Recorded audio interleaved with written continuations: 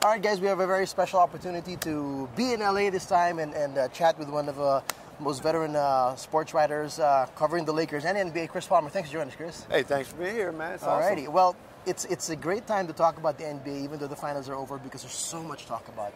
Free agency, of course, headlined by LeBron James, and a bit of Kawhi Leonard. Let's talk about Kawhi in a bit. Let's start with LeBron James, and that's the first reason why I reached out to you, to get your thoughts. And when the series ended the way it did, I mean, you could have lost close and still, give Cleveland a shot or whatever. But what are your initial thoughts on him possibly leaving Cleveland, just the way how things turned out? You know what? When you talk about LeBron James, I think it's a very good bet that he's going to leave Cleveland. Okay. He's played there obviously twice as a second go around in Cleveland. I think he wants to explore other opportunities. There are some very good basketball opportunities for him. In places like, you can talk about San Antonio, you talk about Los Angeles, you talk about Houston. Houston is his best bet to get past the Warriors, and that's LeBron James thinking, I got to get past the Warriors. But there are a lot of good opportunities. But I think right here, LA? Los Angeles, California, being downtown Los Angeles, Staples Center, I think is where he's going to land. All right, let's just explain this a bit for the average Filipino fans. They know basketball a lot, but they don't understand so much about salary cap and all this and that. Why is the Lakers one of the most on top of the list in terms of destinations because of the money involved as well? Okay, so the Lakers is the best bet because the Lakers have only $34 million committed to 2018-2019 for the whole salaries. roster. For the whole roster. Wow. Okay. Yeah. So that means that they can sign LeBron and another max free agent. So that means it's going to be very attractive for LeBron James to come to the Lakers, as opposed to, say, the Clippers, where they would have to trade a lot of people, they'd have to gut the roster. Yeah. So the Lakers are the best bet to sign LeBron in terms of their salary cap. And then there's also talk about fitting another max player, which there's always been this talk about, possibly Paul George, who apparently is from LA. He is from Los Angeles. Paul George area. is about 90 miles west of where we are right now. Okay. So he's from Riverside, but it's all LA. It's all LA. Yeah. So, and Paul George has been rumored to come back to Los Angeles. He's going to come home. Every player wants to come home at some point. Yeah. So that makes it attractive for LeBron. You get LeBron James, you got Paul George, you got Lonzo Ball, you got Brandon Ingram, you got Kyle Kuzma. All this, these vets, these max vets, and this young core makes it a very attractive situation. And with Luke Walton as well as head coach, and Magic Johnson as the head of basketball operations. How does that work in terms of LeBron deciding as well? Because we've heard of his frustrations with how management was in Cleveland as well, and he might not have talked about it in terms of the coaching. He could have got a better coach. How is it here? So in terms of a young management group, you're talking about the general manager, Rob Pelinka, who's Kobe Bryant's former agent, and Magic Johnson, who owns the Dodgers as well. He's also a legend in L.A. They've done an excellent job in terms of drafting, in terms of clearing salary cap space, in terms of creating culture. So all those things are right there in place for LeBron. You can't go wrong with this management group here in L.A. because these guys know what they're doing. They've set the table for LeBron to come here. All right, now let's talk about the other potentials. Of course, there's people have talked about Houston, talked about San Antonio, even Philly. Houston first. Chris Paul is there. That's a good buddy he's had. The Banana Boat guys. The Banana Boat guys. The way back.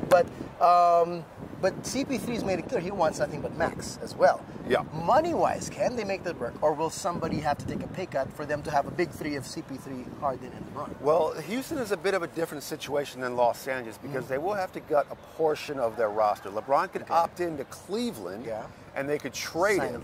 Sign and trade. So you're talking about, but you're going to get rid of Eric Gordon and a couple other guys and maybe some draft assets. So it's a little bit more difficult.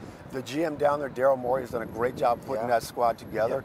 So you're going to have to do a little bit more tinkering, a little bit more figuring out, as opposed to just signing guys outright in Los Angeles. But it can be done, and you can link up with CP3 and Harden. You're talking about, well, the presumptive 2018 MVP. You're talking about a 4-time MVP. You're talking about one of the greatest point guards ever. So it could work, but it's going to take a lot more math to make it actually work. All right. Philadelphia is also an interesting destination.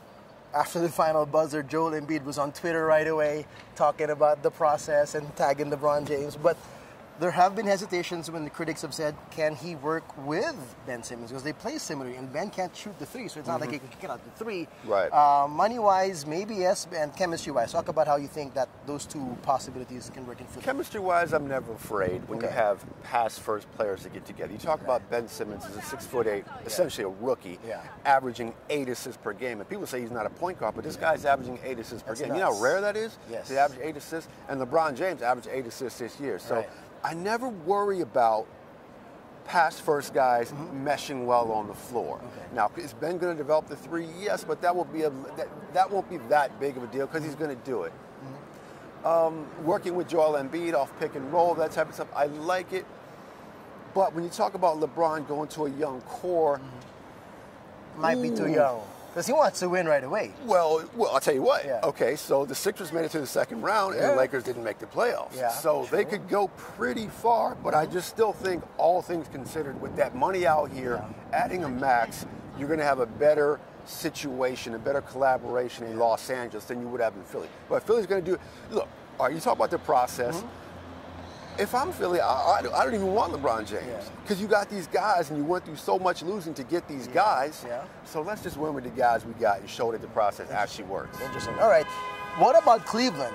Technically speaking, they can still offer him the most money, and they'll be the most hurt as well because if he leaves, they have no money to offer anybody else, right? So this is like win or go home for them. There's talk about, I don't know how they can do it. Kemba Walker could come over. Maybe Kawhi could come over there. What are your thoughts about him possibly staying with Cleveland? And they do have the 8th or the 9th pick? Yeah, right around in there. But here's the thing. Okay, so Cleveland can offer LeBron $205 million, which is the most, which is effectively $50 million more than he can get anywhere else. When you talk about a guy, he's 33 years old. He's very well off. He's got a lot of different revenue streams. That I don't think it's going to make a difference. It's not the biggest issue for him. It's not the biggest issue for him because he's doing quite well.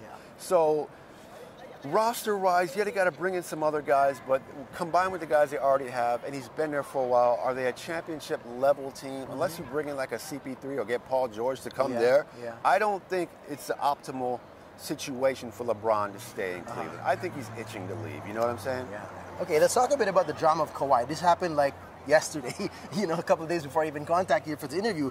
What are your thoughts on this and how this is going to affect everything and how it's going to affect the LeBron free agency, if ever it will? We always talk about which domino is going to fall first.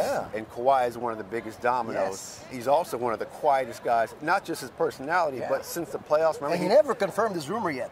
He didn't confirm any rumors, but he didn't. Remember the first round when San Antonio played the Warriors and he was in New York getting rehab? He wasn't with his team. That was a clear sign, hey, I'm walking.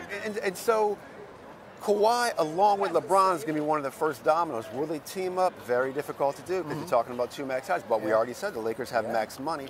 But you don't know what Kawhi wants to do. He's from L.A. as well. Does he want to come home as well? The rumors he demanded L.A., right? Yeah. So, okay, so if you can team up LeBron with Kawhi and Lonzo and Brandon, those guys, you're going to have a great situation. And here's the thing. Here's what the fans should know. Any deal is possible. There isn't such thing as a deal that's not possible.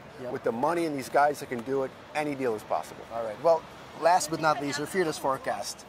Your gut feel of how the dominoes will fall, where LeBron will end up, where Kawhi will end up, what's going to happen? LeBron in L.A., Kawhi. Ooh, that's a tough one. Okay. I'm going to go on a limb. Kawhi to Houston. Kawhi to Houston. Kawhi to Houston, baby. LeBron in L.A. with who? Paul George is the most likely candidate. I don't think Chris Paul, because Chris Paul is set where he is. But LeBron James is 33, going to be 34 next finals. And I think that LeBron will be here. I think Paul George will be here as well. All righty, well, there you go. Those are the fearless forecasts of Chris Palmer. We'll find out if that's true in the coming weeks because we hope he won't keep us waiting too long. Not too long. He's got to move quick. All right, thanks, Chris. Appreciate it. All right, man. Thank you. All righty, we good?